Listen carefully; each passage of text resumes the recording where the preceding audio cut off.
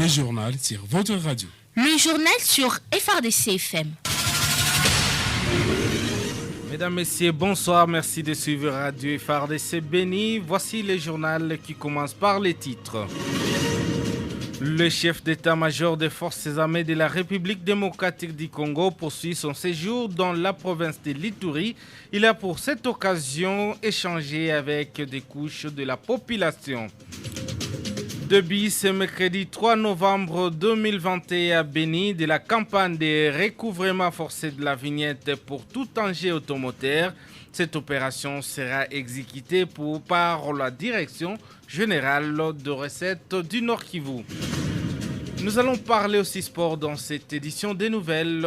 Restez branchés, les détails, c'est dans quelques instants.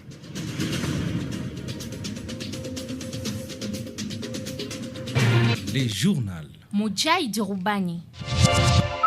Nelson Kiawede fait la prise de son et la mise en onde sous la coordination de Anthony Mwalouchaï.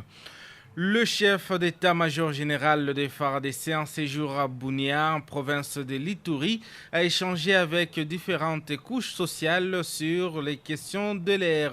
Reportage Gilles Ngongo. En mission d'évaluation de la situation sécuritaire, d'inspection des troupes et des commandements en province de l'Ituri, le chef d'état-major général de forces armées, le général d'armée Mbala Moussen Célestin, a premièrement échangé avec le réseau des femmes leaders et le membre de la société civile. Question d'obtenir leur adhésion massive pour la réussite de l'état de siège. Annie Maudit, coordinatrice des caucus de jeunes femmes leaders, déclare que les femmes sont déjà en action pour la restauration de la paix en Ituri et appelle les femmes à adhérer massivement au sein des forces armées. Notre rôle en tant que femmes est d'appuyer sur notre corde de maternité, sur notre corde de sensibilité humanitaire pour transformer ces hommes, ces jeunes hommes, ainsi que ces femmes qui ont choisi un mauvais côté, à se transformer en acteurs et actrices pour la consolidation des paix. Les coordonnateurs de la société civile de l'Ituri s'est lui aussi inscrit dans la logique d'accompagner l'administration militaire, mais attend des actions concrètes du haut commandement de l'armée.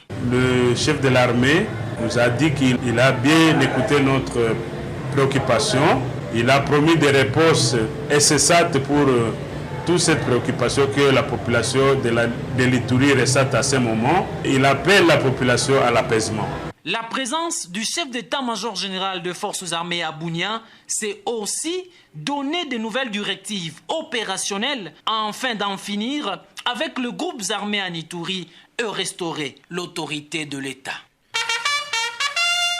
Lancement, c'est lundi 1er novembre d'une formation de renforcement des capacités en matière de gestion de la scène de crime au profit des officiers de la police judiciaire de Béni. C'est le commissaire supérieur principal Kaouma Lemba Sébastien, commandant ville de Béni, qui a procédé au lancement de ces assises. Dans son mot d'ouverture, le numéro 1 de la police ville de Béni a appelé les participants à cette formation à être assidus tout au long de cette activité qui va durer 5 jours. Une campagne de recouvrement forcé de la vignette pour les véhicules et permis de conduire pour les engins automoteurs débute ce mercredi 3 novembre 2021 à Béni. Cette opération sera menée par la Direction générale de recettes du Nord Kivu, DGRNK. Le chef de centre de la DGRNK Béni appelle tout contribuable de s'acquitter de leurs devoirs civiques avant qu'ils ne soient contraints de les faire. Paul Mamba Chikuna est au micro de Djuri et Karine. Nous sommes en campagne de recouvrement forcé et la vignette et l'attestation tenant lieu de permis de conduire. Lorsque nous parlons de la vignette ici, nous faisons allusion à l'impôt sur les véhicules et à côté de l'impôt sur les véhicules, nous avons la taxe spéciale de circulation routière. Nous avons également le CCT qu'on appelle certificat de contrôle technique et enfin l'autorisation de transport des biens et ou l'autorisation de transport des personnes. Ça concerne les véhicules. Et les conducteurs de engin automoteur doit obligatoirement se munir, n'est-ce pas, de l'attestation tenant lieu de permis de conduire. Alors ce sont ces actes-là qui font l'objet de ces recouvrements forcés, et ces recouvrements forcés commencent déjà dès demain. Et donc ici, nous portons à la connaissance une fois de plus les moratoires qui avaient été donnés à prix fin. Nous avions donné un moratoire de 15 jours, c'est-à-dire 2 semaines. Pendant ces 2 semaines, il était question que les gens s'amènent librement au bureau de la DGRNK, là où se trouvent les agents qui sont commis au bureau vignette, au bureau permis de conduire, avec ceux de Transcom. Pendant les 2 semaines, il a fallu que les gens passent librement pour se procurer de ces documents de bord. Voilà, nous devons remercier ceux-là qui s'étaient acquittés dans les délais, mais ceux-là qui ne se sont pas encore acquittés, en tout cas, ils ont l'obligation de passer urgemment, et lors du contrôle, lors du bouclage, ils doivent, n'est-ce pas, présenter les preuves de paiement. À lui d'ajouter que tous ceux qui ne s'acquitteront pas en temps opportun seront obligés de payer une amende allant jusqu'au triple de la somme initiale. Rappelons que cette campagne a déjà débuté dans plusieurs autres entités de la province du Nord Kivu, conformément à l'arrêté du gouverneur signé mi-octobre dernier. Objectif est de maximiser les recettes de l'État. Et à Butembo, depuis ce mardi 2 novembre de l'opération de recouvrement des documents de bord par les agents de la Direction générale de l'impôt DGI, conjointement avec les agents de Transcom ainsi que la police de circulation routière. Certains motards mal intentionnés se sont opposés à cette opération et se sont affrontés aux agents de la police de circulation routière à Butembo. Le bilan de ces altercations fait état de 5 personnes blessées, dont 4 policiers et un agent de Transcom, plus une moto de la police incendiée. En réaction, le commandant à l'intérim de la police nationale congolaise, commissariat urbain de Butembo, déplore ces comportements affichés par certains taximens et motos. Le commissaire supérieur Tankimbima Agiti Gaston précise que cette opération va continuer sans faille dans le carrefour ciblé. On l'écoute. Ce matin, nos éléments de la PCR ont été déployés à travers la ville, dans certains carrefours, pour appuyer les services de Transcom et les services de la DGI. C'était pour demander aux usagers qui utilisent des engins roulants de payer des documents, d'être en règle. C'était sur la décision de monsieur le gouverneur militaire de la province et qui avait déclaré que l'opération commence sur toute l'étendue de la province du Nord Kivu, comme la ville de Butembo et aussi dans la province du Nord Kivu. On avait démarré avec l'opération ce matin. Et après avoir déployé les agents dans certains carrefours, qu'est-ce qui s'est passé, mon colonel? Ce sont nos frères motards qui se sont attaqués contre les agents qui étaient placés dans des carrefours. Ils ont attaqué des policiers, et pourtant que la police était là pour appuyer les services de l'État qui sont chargés de contrôler et de taxer ceux qui n'ont pas encore acheté des documents de bord. Côté policier, il y a eu des blessés. Jusqu'à cette heure, nous avons enregistré 4 blessés légers et un agent de service de Transcom qui est à l'hôpital à Matanda. Nous sommes là pour faire appliquer la décision de l'autorité. Ce n'est pas à nous de négocier les institutions émanant de la province. Si eux veulent négocier, il y a quand même un représentant du gouverneur qui est ici, c'est monsieur le maire. Ils doivent aller voir monsieur le maire pour demander soit une dérogation, qu'on soit informé, instruit, que voilà, nous avons arrêté avec l'opération parce que la population a demandé. Mais pour nous, l'opération continue malgré les petits incidents que nous avons enregistrés aujourd'hui. Vous rejetez en bloc les accusations de certains gens qui disent que la police de la PCR est en train de tracasser à travers ces carrefours. Non, l'opération d'aujourd'hui, ce n'est pas la PCR. La PCR a été réquisitionnée pour épauler les services de l'État, les 2 services de l'État, les services de Transcom et les services de la DGI. Donc pour terminer, mon colonel, quel message vous lancez à ces motards ou à toutes les personnes qui sont concernées par cette opération de bouclage? Je demande à nos frères motards et à d'autres personnes qui ont des engins roulants de se conformer à la loi, d'acheter les documents. Si vous avez votre engin qui roule sur la voie publique, il faut avoir aussi des documents. Au cas d'accident, vous allez justifier comment? Moi, je pense qu'ils ont le devoir de se conformer, d'acheter les documents que l'État est en train de demander pour qu'ils puissent circuler librement. C'était le commissaire supérieur Tanguy Bima Gaston qui répondait aux questions de journalistes de la presse de la PNC Butembo. La zone de santé de Kiondo vient de bénéficier d'un nouveau bâtiment qui lui servira de bloc pédiatrique avec soins intensifs.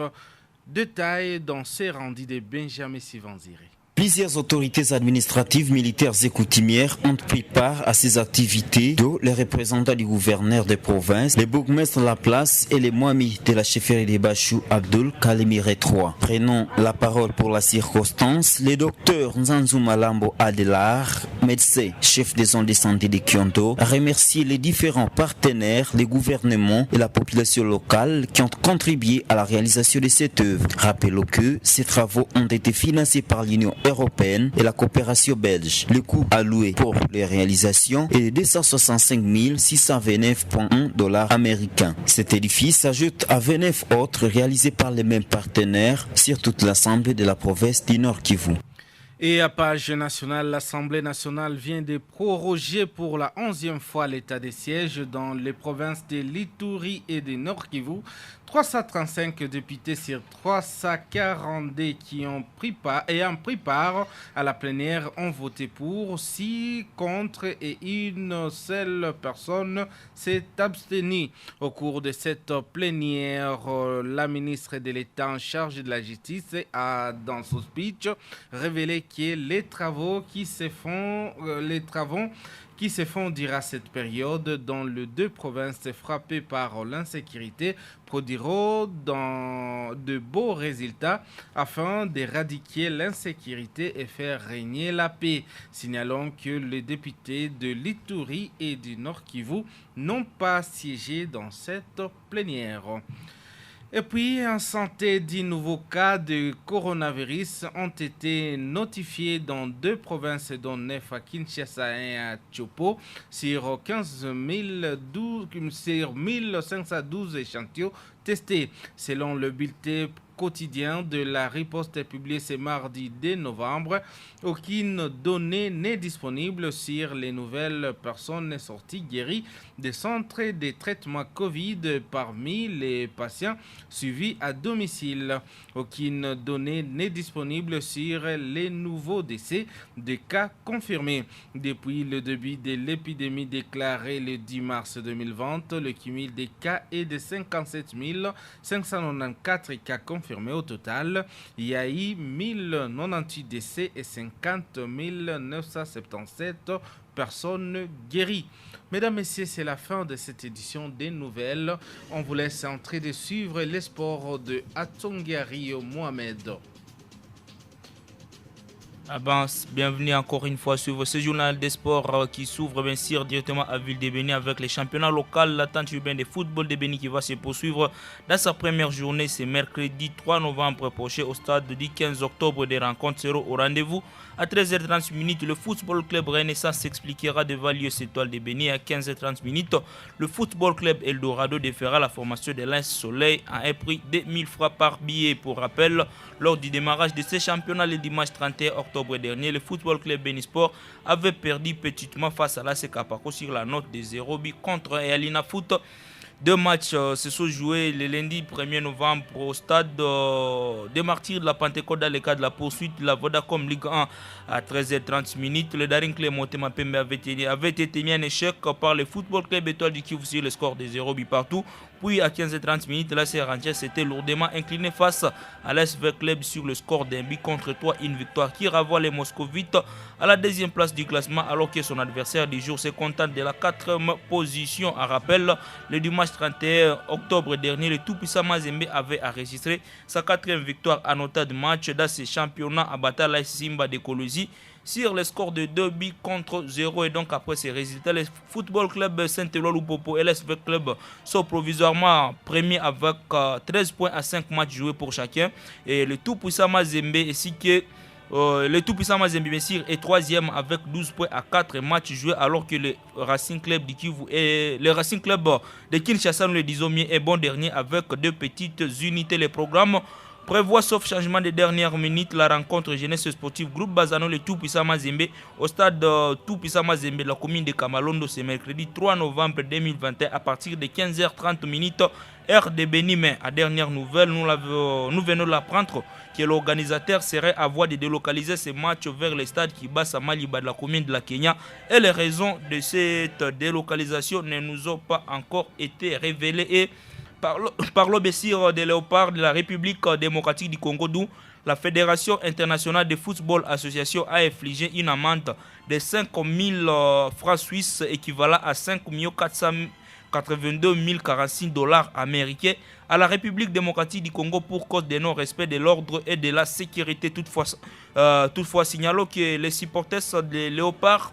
avait envahi l'aire de jeu à fin de match entre les léopards de la République démocratique du Congo ainsi que la Tanzanie joué le 2 septembre dernier. C'était à Lubumbashi, chose qui n'est pas passée inaperçue par les stars fêtières du football au niveau mondial. Ce verdict a été rendu donc public par la Fédération internationale de football association l'après-midi de ce mardi 2 novembre 2021 à son siège à Nyon, c'est en Suisse. Et enfin, en Europe, vous devez le savoir donc, c'est la Ligue des champions de l'IFA qui est de retour dans sa phase de groupe ce mardi 2 novembre, ce mardi 2 ainsi que mercredi 3 novembre 2021 dans quelques stades du continent européen. Pour ce mardi 2 novembre, 8 matchs sont au programme. D'abord à 19h45, la formation de Wolfsburg défie le RB Salzbourg, puis Malmo défiera la formation du Football Club Chelsea de Hakim Ziyech. À 22h juste, Séville jouera Lille de France, la Juventus jouera Zenit Saint-Pétersbourg, Atalanta Bergame contre Manchester United de Cristiano Ronaldo, Villarreal contre Young Boys Bern de Meshak Elia, Bayern de Munich contre Benfica Lisbonne, puis le choc au Valeri Lobanovskis Dynamo Stadium opposera le Football Club Dynamo Kiev à la formation du Football Club Barcelone. C'est à partir de 22h juste heure de Béni. Et pour la suite de cette 4e journée, 8 autres rencontres se disputeront la soirée du mercredi 3 novembre prochain. C'est la fin de ces journal vespéral des sports qui a connu la présentation certes de Derio Achongia Mohamed, votre chroniqueur maison. Nous avons été soutenus à la technique par l'ingénieur Nelson Kiawe. De nous fixons donc un prochain rendez-vous et portez-vous bien, restez surtout en train de suivre le reste des programmes à la 88.5 MHz, la radio de la paix.